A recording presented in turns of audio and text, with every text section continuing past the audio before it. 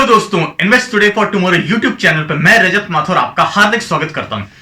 दोस्तों, आज जब मैं ये वीडियो रिकॉर्ड कर रहा हूं तो दिन है 22 नवंबर 2021। आज मार्केट में थोड़ी सी गिरावट आई है। सेंसेक्स, निफ्टी, बैंक निफ्टी सारे इंडेक्सेस डाउन है। बहुत सारे स्टॉक्स भी ऐसे हैं जिसमें 3% या उससे ज्यादा की गिरावट है। मेरे कुछ दोस्त हैं और कुछ यूट्यूबर्स है, they are calling a crash. वो लोग इसे क्रैश बोल रहे हैं। आज के इस वीडियो में हम डिस्कस करेंगे कि आज की गिरावट कितनी है, इसके कारण क्या है, इसका एक्चुअल साइज क्या है और इस सिचुएशन में लॉन्ग टर्म इन्वेस्टर्स को क्या करना चाहिए।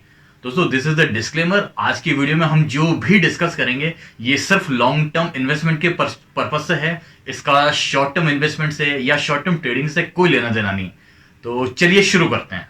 दोस्तों, मैं अपनी बात स्टार्ट करूंगा एक पॉजिटिव अप्रोच के साथ। आज सेंसेक्स में 1.93% की गिरावट आई है। बहुत सारे लोग इसे क्रैश का नाम दे रहे हैं, तो मैं आप लोगों के सामने कुछ डेटा प्रदर्शित करना चाहूंगा जिसके थ्रू आपको पता चलेगा कि एक्चुअली क्रैश कैसे किसे। जैसा कि आप अपनी स्क्रीन पे देख सकते हैं, मैंने इंडियन स्टॉक मार्केट की हिस्ट्री में सेंसेक्स में जो एक्चुअली सबसे बड़ी गिरावट आई है, जिसे हम एक्चुअली क्रैश कह सकते हैं, उनको प्रदर्शित किया है। आप फिगर देख सकते हैं।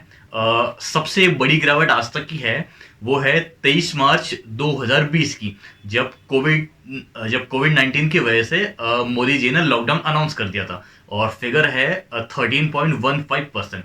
तो ये हमारी हिस्ट्री की सबसे बड़ी गिरावट थी। देन इसके अलावा आप देख सकते हैं हर्षद मेहता के स्कैम के टाइम की गिरावट है 1992, फिगर है 12.77%।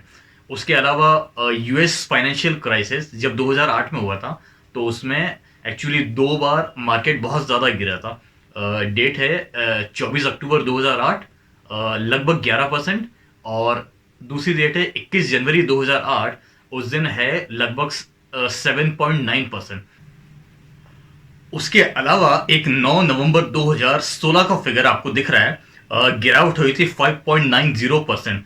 दोस्तों, ये नोटबंदी के बाद का इम्पैक्ट है। 8 नवंबर 2016 रात 8 बजे मोदी जी का वो ऐतिहासिक भाषण कौन भूल सकता है।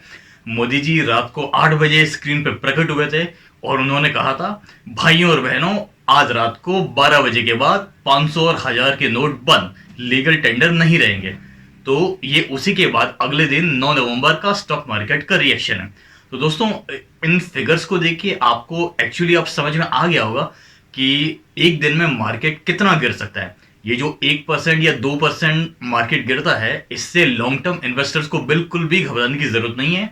आपको अपने स्टॉक्स नहीं बेचने, अगर आपने एक्चुअली लॉन्ग टर्म के लिए लिए थे। आपको अपने म्यूचुअल फंड से भी पैसे विड्रॉ नहीं करने। एक्चुअली अगर म्यूचुअल फंड में आपका टाइम पीरियड पूरा नहीं हुआ है या फिर आपका गोल अचीव नहीं हुआ है, तो आपको वहां से भी पैसे विड्रॉ नहीं करने। दोस्तों, ये स्टॉक मार्केट का नेचर है। ये कभी भी सीधी लाइन में ऊपर या नीचे नहीं जाता है। ये हमेशा जिगजैग मोशन करता है, ऊपर नीचे होता रहता है। तो ऐसी जो मामूली करेक्शंस आती है, ये एक्चुअली हमारे लिए स्टॉक परचेज करने की अपॉर्चुनिटी होती है। हमें इनसे बिल्कुल भी घबराना नहीं है। अपने आप को मेंटली इतना तैयार रखना है कि अगर मैं स्टॉक मार्केट में आया हूं, अगर मैं लॉन्ग टर्म इन्वेस्टर हूं, तो इन छोटे मोटे झटकों के लिए मुझे तैयार रहना पड़ेगा। दोस्तों, याद रखिए, ये कोई अली बाबा की गुफा नहीं है या कोई ऐसा फॉर्मूला नहीं है कि खुल जा सिम और आपको पैसे आ जाएंगे। ये एक तपस्या के समान है। जैसे पहले पुराने जमाने में ऋषि मुनि जो तपस्या करते थे, ये बिल्कुल उसी टाइप का है। आपको लॉन्ग टर्म के लिए रुकना पड़ेगा। इन स्टॉक मार्केट के इन झटकों को झेलना पड़ेगा। ये थोड़े बहुत परसेंटेज ऊपर नीचे होने से आपका बीपी ऊपर नीचे नहीं होना चाहिए। इन झटकों को झेलने के बाद ही आपका लॉन्ग टर्म वेल्थ क्रिएशन हो पाएगा। दोस्तों, अब हम आज की गिरावट के एक्चुअल फिगर्स की बात करते हैं, क्योंकि मेरे बहुत सारे दोस्त जो मार्च 2020 के बाद में मार्केट में आए हैं, उन्होंने शायद इतनी बड़ी गिरावट नहीं देखी है। जब से वो स्टॉक मार्केट में आए हैं, एक्चुअली ये उनके लिए सबसे बड़ी गिरावट है, क्योंकि मार्च 2020 से लेके अभी तक मार्केट बिल्कुल एक तरफा तेजी में है। लोगों की लॉटरी लगी हुई है। तो चलिए देखते हैं एक्चुअल जो कंपेरेटिवली थोड़े से बड़े फिगर है, क्या रहे आज के फिगर। पहला स्लाइड आपके सामने आ रहा है जो कि सेंसेक्स का है। हमने पहले डिस्कस किया है कि 1.96% डाउन था आज। 1170 पॉइंट की एक्चुअल गिरावट है। इसके बाद जो आपके सामने फिगर आ रहा है, ये एक्चुअली निफ्टी 50 को प्रदर्शित कर रहा है। मेरे जो दोस्त टेक्निकल एनालिसिस नहीं जानते उनके लिए मैं थोड़ा सा बेसिक बता देता हूँ। ये जो चार्ट है this is part of technical analysis. Technical analysis में बेसिकली हम लोग क्या करते हैं, स्टॉक की प्रीवियस हिस्ट्री के हिसाब से उसका फ्यूचर प्रिडिक्ट करने की कोशिश करते हैं।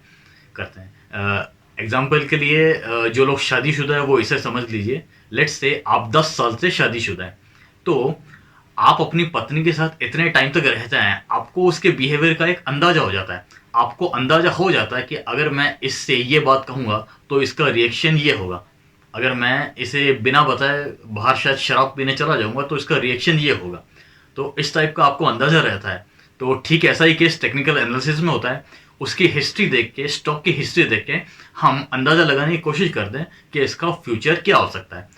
ये कोई 100% गारंटी नहीं होती, लेकिन एक स्ट्रॉन्ग कैलकुलेशन होता है, एक कैलकुलेटेड रिस्क होता है। तो यहाँ पे ये जो रेड कलर का जो आपको फिगर दिख रहा है, ये एक्चुअली इसे कहते हैं कैंडल्स। आपको कुछ फिगर रेड कलर के दिखेंगे, कुछ ग्रीन कलर के दिखेंगे। आप ये सबसे लास्ट वाला कैंडल देखिए जो सबसे बड़ा रेड कैंडल है। तो अगर आप देखेंगे तो इसके कुछ पार्ट्स हैं, जैसे कि एक बीच में रेक्टेंगल बना है रेड कलर का, देन उसके ऊपर अगर आप देखेंगे तो एक लाइन बनी हुई है। रेक्टेंगल जो रेड कलर का है उसे हम कहते हैं बॉडी, और जो लाइन जो कि नीचे की लाइन काफ़ी लंबी है और ऊपर की लाइन एकदम लगभग दिख ही नहीं रही है, उसे हम कहते हैं विक। तो जो बॉडी का लोअर वाला पार्ट है वो आपको बता रहा है कि आपका स्टॉक क्लोज कहाँ हुआ है, और जो बॉडी का ऊपर वाला पार्ट है वो आपको बता रहा है कि स्टॉक ओपन कहाँ हुआ है। रेड कैंडल का मतलब है कि आज गिरावट है। अगर ये निफ्टी 50 है तो हम निफ्टी 50 इंडेक्स की बात कर रहे हैं। अगर ये कोई स्टॉक होता तो सेम कैंडल स्टॉक के लिए बनता। रेड कैंडल का मतलब है कि आज निफ्टी 50 में या स्टॉक में या बैंक निफ्टी में जो भी जिसको भी ये प्रदर्शित कर रहा है उसमें गिरावट हुई है। आप अपने स्क्रीन पे देख सकते हैं, यहाँ प्राइस लिखा है ओ, ओपन में है 17796, मतलब 17,796 पे ये ओपन हुआ था। और अगर क्लोजिंग प्राइस देखेंगे दैट इज सी, वो है 17416, तो उतने प्राइस पे ये क्लोज हुआ है। टोटल इसमें 1.96% की गिरावट हुई है। अब हम नेक्स्ट स्लाइड की तरफ चलते हैं। नेक्स्ट स्लाइड में हमने बैंक निफ्टी को प्रदर्शित किया है। सेम वही टेक्निकल चार्ट है। रेड कलर में आप सबसे बड़ी कैंडल देख सकते हैं इन द राइट मोस्ट, इसमें भी यही है। रेड कैंडल का मतलब है कि गिरावट हुई है, जितने पे ओपन हुआ था उससे काफ़ी कम में क्लोज हुआ है। तो बैंक निफ्टी में भी आज 2.23% की गिरावट हुई है। दोस्तों अब हम डिस्कस कर लेते हैं कि आज निफ्टी 50 के कौन से स्टॉक में सबसे ज़्यादा गिरावट रही। तो आप अपनी स्क्रीन पे देख सकते हैं कि सबसे ज़्यादा गिरावट है बजाज फाइनेंस में 5.60%। उसके बाद है Bajaj Finserv 4.81%, followed by Tata Motors that is 4.57%, followed by Reliance that is 4.35%। तो दोस्तों यहाँ ये स्लाइड दिखाने का मतलब ये है कि आपको एक और चीज़ समझानी है। निफ्टी 50 में टोटल 50 स्टॉक है, लेकिन जो असली गेम खेलते हैं वो खेलते हैं टॉप 10 स्टॉक, जो 1 to 10 रैंक के स्टॉक है। अगर वहाँ पे गिरावट होती है तो निफ्टी 50 में गिरावट थोड़ी ज़्यादा होती है। और निफ्टी 50 की गिरावट मतलब एक्चुअली मार्केट की गिरावट, आप इसे डायरेक्टली मार्केट की गिरावट ही समझ सकते हैं। अगर निफ्टी 50 के स्टॉक गिर रहे हैं तो बाकी और बहुत सारे हजारों स्टॉक मान के चलिए वो गिरने वाले हैं, इसलिए ये फिगर आपको मैंने दिखाया है। अब हम बात कर लेते हैं जो कि आज का मोस्ट अवेटेड क्वेश्चन है कि ये मार्केट को आज हो क्या गया, इतनी गिरावट अचानक हुई क्यों है। तो दोस्तों आज की गिरावट का सबसे बड़ा जो कारण है वो है रिलायंस की गिरावट। रिलायंस में गिरावट है 4.35%। तो यही आज का मार्केट लीडर है। दोस्तों मैं आपको बताना चाहूँगा ये निफ्टी 50 का सबसे हैवी वेट स्टॉक है। इसका वेट सबसे ज़्यादा है। अगर रिलायंस में गिरावट ज़्यादा होगी तो ये मान के चलिए निफ्टी 50 में बहुत ही गिरावट होगी, और अगर रिलायंस में अच्छी तेजी है तो निफ्टी 50 भी बहुत ऊपर जाएगा क्योंकि इसका वेट सबसे ज़्यादा है। निफ्टी 50 में कंपनी के साइज के हिसाब से और बहुत सारे कैटेगरीज के हिसाब से, मार्केट कैपिटलाइजेशन के हिसाब से उनको एक्चुअली रैंक दिया जाता है। तो उन सारे क्राइटेरिया के हिसाब से निफ्टी 50 का सबसे हैवी वेट स्टॉक रिलायंस है। तो आज इसने मार्केट लीड किया है। अब रिलायंस में 4% से ज़्यादा गिरावट का मेन रीज़न है जो रिलायंस और सऊदी अरामको कंपनी है, उसकी जो डील है वो इन्होंने कैंसिल कर दी है। वो बोल रहे हैं कि हम इसको रीनेगोशिएट करेंगे, इसकी टर्म्स एंड कंडीशन। दोस्तों मैं आपको बताना चाहूँगा 2019 में ये डील हुई थी, 75 बिलियन डॉलर्स की डील थी, जिसमें सऊदी अरामको रिलायंस के ऑयल टू केमिकल बिजनेस में 20% स्टेक परचेस करने वाला था। लेकिन अभी उनके बीच में कुछ इश्यूज है, वो इस डील को रीनेगोशिएट कर रहे हैं। तो मार्केट ने इतनी बड़ी डील के कैंसिल होने को एक नेगेटिव सेंटीमेंट माना है। That's why the stock is down by 4.35%। तो ये था सबसे बड़ा रीजन जिसने आज की गिरावट को लीड किया है। इसके अलावा आप बहुत सारे रीजन ऐसे ढूंढ सकते हैं, बट उसमें कोई भी ऐसा नया रीजन नहीं है। वो एक्चुअली रीजन हम सबको पता है, कुछ भी उसमें नया नहीं है। फॉर एग्जाम्पल पहला रीजन है कोविड के बढ़ते केसेस। स्पेशली यूरोप में बहुत सारी कंट्रीज ने लॉकडाउन अनाउंस किया है और कुछ लोग बोल रहे हैं कि लॉकडाउन अनाउंस कर सकते हैं। तो ऐसी बहुत सारी कंपनीज, कुछ मिड कैप आईटी कंपनीज भी है जिनका बिजनेस एक्चुअली यूरोप से बहुत ज़्यादा इफेक्ट होता है, तो वहाँ पे गिरावट है। उसके अलावा दुनिया भर में एक खतरा और है कि इन्फ्लेशन बढ़ेगा। अगर आपने इन्फ्लेशन के बारे में मेरा पुराना वीडियो चेक नहीं किया है तो आप कार्ड्स में चेकआउट कर सकते हैं। मैंने वहाँ पे एक्सप्लेन किया है कि इन्फ्लेशन से कैसे आपका रिटर्न कम हो जाता है। तो दोस्तों इन्फ्लेशन का इम्पैक्ट स्टॉक मार्केट पे भी पड़ता है। इन्फ्लेशन बढ़ने का मतलब है कि दुनिया भर के जो सेंट्रल बैंक्स है, चाहे अमेरिका का फेड रिजर्व है या फिर इंडिया का आरबीआई है, ये लोग मार्केट से सप्लाई कम करते हैं। ये लोग अपने रेट में अपने रेट्स इंटरेस्ट रेट में उस तरह के चेंजेस लाते हैं सो दैट मार्केट में पैसे की सप्लाई कम हो सके।